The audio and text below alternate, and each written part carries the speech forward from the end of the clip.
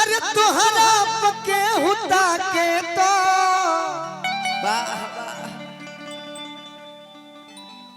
तुहरा पके हुता के तो तकलीफ हो खेला तुहरा पके हुता के तो तकलीफ हो खेला तुहरा पके हुता के तो तकलीफ हो खेला तुहरा पके हुता तुहरा पके हुता के तो तकलीफ हो खेला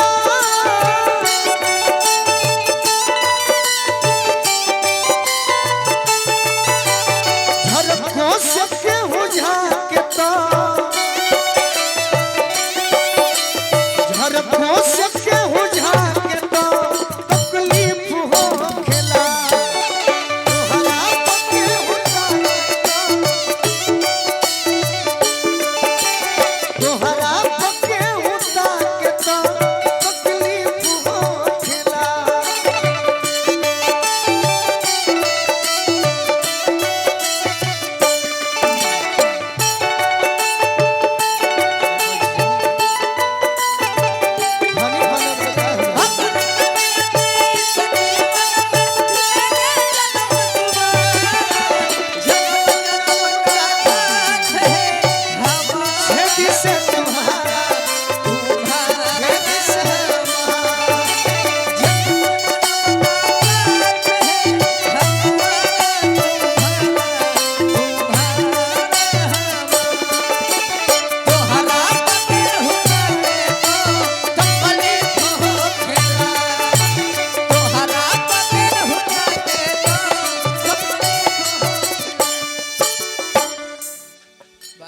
जनों से बेसी तहरा के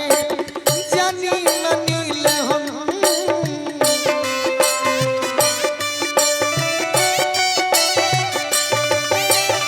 जनों से बेसी तहरा के जानी मनील हम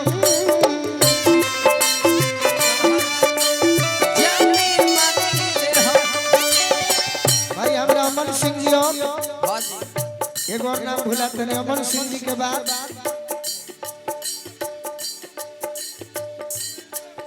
रविंदर सिंह जी जनों से बेसी तहरा के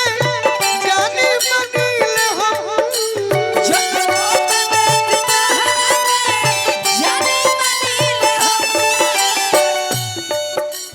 अतनो पके हुआ के तो अतनो पके हुआ के तो तकलीफ हो खेला अतनो पके हुआ के तो तकलीफ हो खेला तुहरा पके हुआ के तो तकलीफ हो खेला तुहरा पके हुआ के तो तकलीफ हो खेला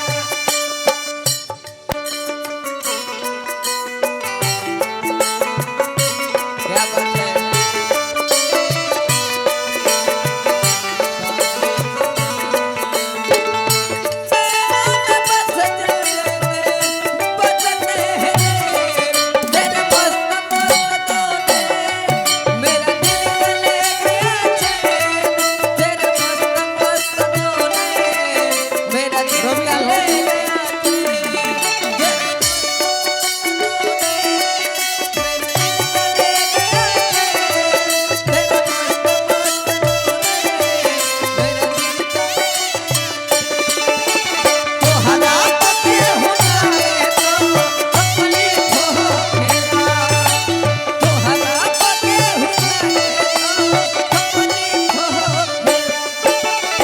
सब हमरा भाई के आशीर्वाद मिलल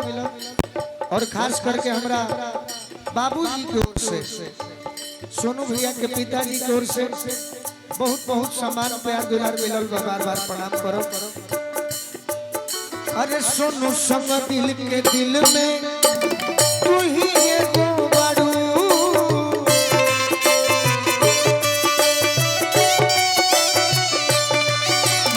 सोनू संग दिल के दिल में तू ही एगो बाड़ू सुन संग के दिल में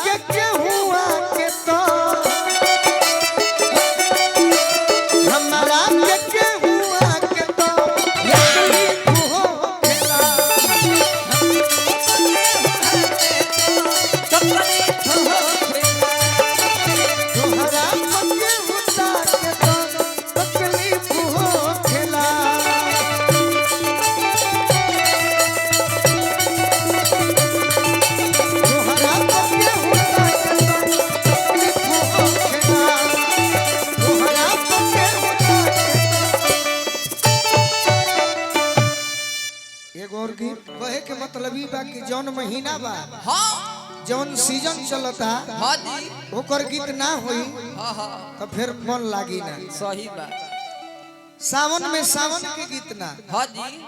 फगुआ में फगुआ के गीत ना, सही बात चैत में चैत के गीत ना, हाँ आ सावन में कजरी ना होई तो सब माहौल बिगड़ जाए। हाँ जी एगो तनी रह के मारे तो तनी मिजाज बनल बा। मारी मारी अंजनी चाचा बाकी हुड़का के लय है। अच्छा रस तुम्हारा बहाने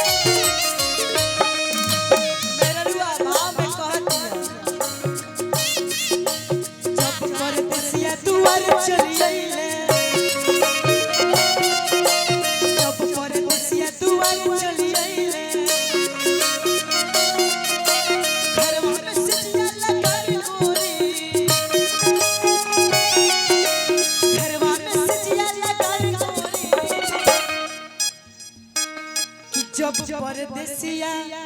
भैया थोड़ा सा इसको क्लियर करिए ना, बड़ी हॉर्निंग टाइप का कर रहा है कि जब परदेसिया दुआरे चली आइले अरे घरवा में सजिया लगावे गोरी घरवा में सजिया लगावे गोरी अरे ओइले ओइले परदेसिया खेलाबो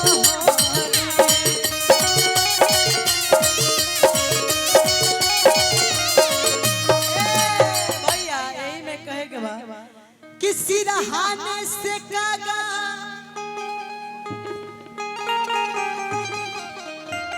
किसी रहाने से कागा अरे उड़ भागा मोरा सैया भागा ना जाए किसी रहाने से कागा उड़ भागा मोरा सैया भागा ना जाए